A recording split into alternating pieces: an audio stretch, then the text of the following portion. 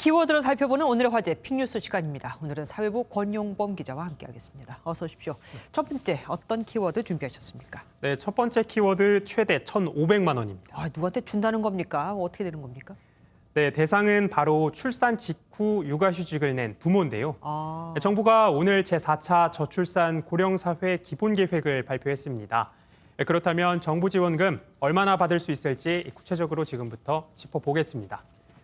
먼저 2022년부터 부모가 동시에 육아휴직을 하면 3개월 동안 첫째 딸은 400만 원, 둘째 딸은 500만 원, 셋째 딸은 600만 원을 받을 수가 있습니다.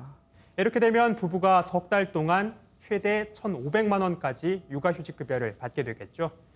지금은 여성이 월 최대 150만 원을 받고 남성은 월 최대 250만 원을 받고 있으니까 앞으로 많게는 월 200만 원 정도 더 받는 셈입니다. 그건 이제 부모한테 주어지는 거고 물론 한 가족이긴 하지만 아기한테도 뭐가 간다면서요? 네, 맞습니다. 현재 양육수당이 영아수당으로 바뀌는 건데요. 네. 24개월 미만 아이를 기르는 분들 2022년부터 받을 수 있습니다. 금액은 월 30만 원인데 2025년까지 50만 원으로 오를 수 있습니다. 현재 양육수당은 0살이 월 20만 원, 1살이 월 15만 원이죠.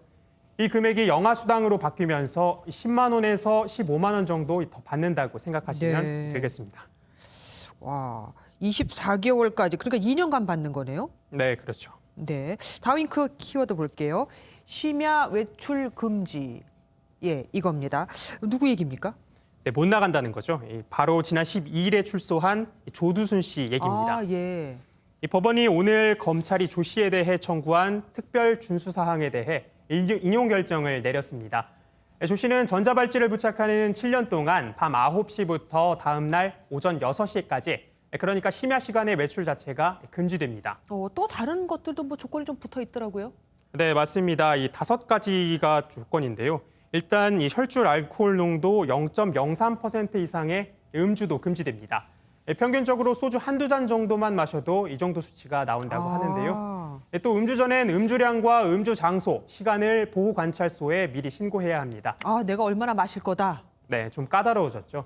이와 더불어 조 씨는 교육시설 출입과 피해자 200m 내 접근이 금지되고 성폭력 재범 방지 프로그램을 성실하게 이수해야 합니다. 만약 이를 위반하면 3년 이하의 징역이냐 1,000만 원 이하의 벌금이 부과될 수 있습니다. 그런데 이 조두순 씨랑 같이 옆집에서 살겠죠. 위아래 집에서 사는 사람들은 참 불안할 수도 있을 것 같아요. 그래서 그런지 이 조 씨 부부한테 집을 빌려준 집주인이 나가라고 했다면서요.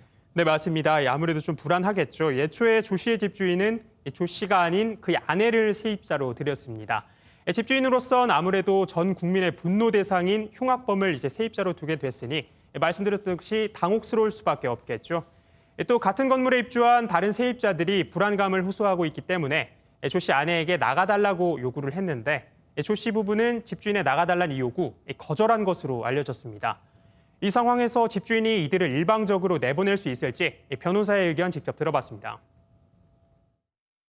특약 사항이 있다면 해지하실 수도 있습니다. 그러나 그렇지 않을 경우에는 그러한 사정만으로는 계약을 해지하기는 어려울 것으로 생각됩니다.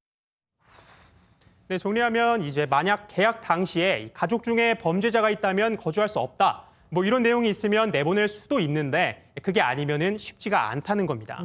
주민들의 생각은 어떻던가요? 네, 주민들도 불안하기 마찬가지겠죠. 이 조 씨의 거주지인 경기 안산시의 주민자치위원회 위원장에게 직접 한번 물어봤습니다. 들어보시겠습니다.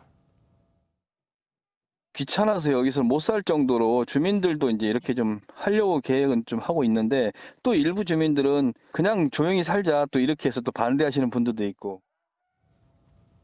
네, 좀 의견이 갈리고 있죠. 네. 사실 주민들은 조 씨뿐만 아니라 곳곳에서 찾아온 유튜버 때문에도 골머리를 앓고 있습니다. 과열 취재를 좀 자제해달라 이렇게 말려봐도 통하지가 않아서 단원 경찰서에 탄원서까지 보냈다고 하는데요. 주민자치위원회는 상황이 나아지지 않으면 이제 조를 짜서 직접 유튜버 통제에 나서거나 법적 대응까지 고려하겠다는 방침입니다. 주민들도 가뜩이나 시끄러운 상황에서 불미스러운 사태까지 가는 걸 원치 않는 만큼 이들에 대한 배려가 좀 필요해 보입니다. 그러니까 조두순 씨를 이제 통제하는 사람들이 있고 그리고 그를 보러 오는 또 유튜버들을 또 통제하니까 이제 또 새로 만들어지고 이게 정말 점점 커지고 있네요. 오늘 여기까지 들을게요. 고맙습니다.